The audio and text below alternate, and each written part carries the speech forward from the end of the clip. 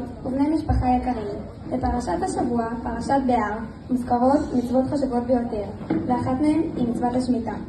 פעם ב7 שנים מצווים החקלאים להפקיר את העבודה בקרקע ולהפקיר את השדות שלהם.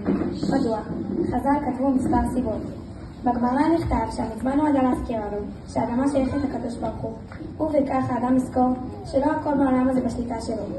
בעל העקידה יצחק הסביר שמצוות השמיטה נועדה לחנך אותנו, שהמטרה שלנו בעולם זה לא לעבוד ללא ערך, אלא לשפר את המידות שלנו, ובכך לעבוד את הקדוש ברוך הוא.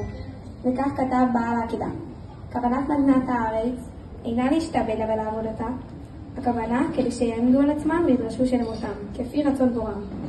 טעם נוסף שכתב הרמב"ם הוא כדי שהקרקע תנוח ותתחזק, וכך בשנה לאחר מכן היא תוסיף יבול.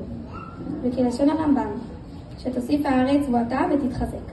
כך גם הבת מצווה הוא רגע בשבילי לעצירה, למחשבה, מי אני, מהם הערכים שלי, לאן אני רוצה לצמוח, מהן המטרות שלי, הגשמיות והרוחניות. בדיוק כמו שהקרקע מפסיקה לעבוד כדי לחדש כוחות, כך גם אני עוצרת כדי להתחבר לעצמי ולשורשים שלי. בפרשת השבוע נכתב כי ימוך אחיך ממיקח מאחוזתו. התורה מלמדת אותנו שהתנאי למכירת חלקת האדמה הוא רק אם האדם נעשה עני ואין לו ברירה אחרת. כזו חשיבות רואה התורה בכך שיהיה לאדם קרקע בארץ ישראל, והאי בן עזרא מסביר כי מעלה גדולה יש לארץ ישראל, ומי שיש לו בה חלק חשוב הוא כחלק בעולם הבא. בספר במדבר בנות צלופחד פונות למשה רבנו ואומרות: למה יגרש אבינו מתוך משפחתו? תנה לנו אחוזה.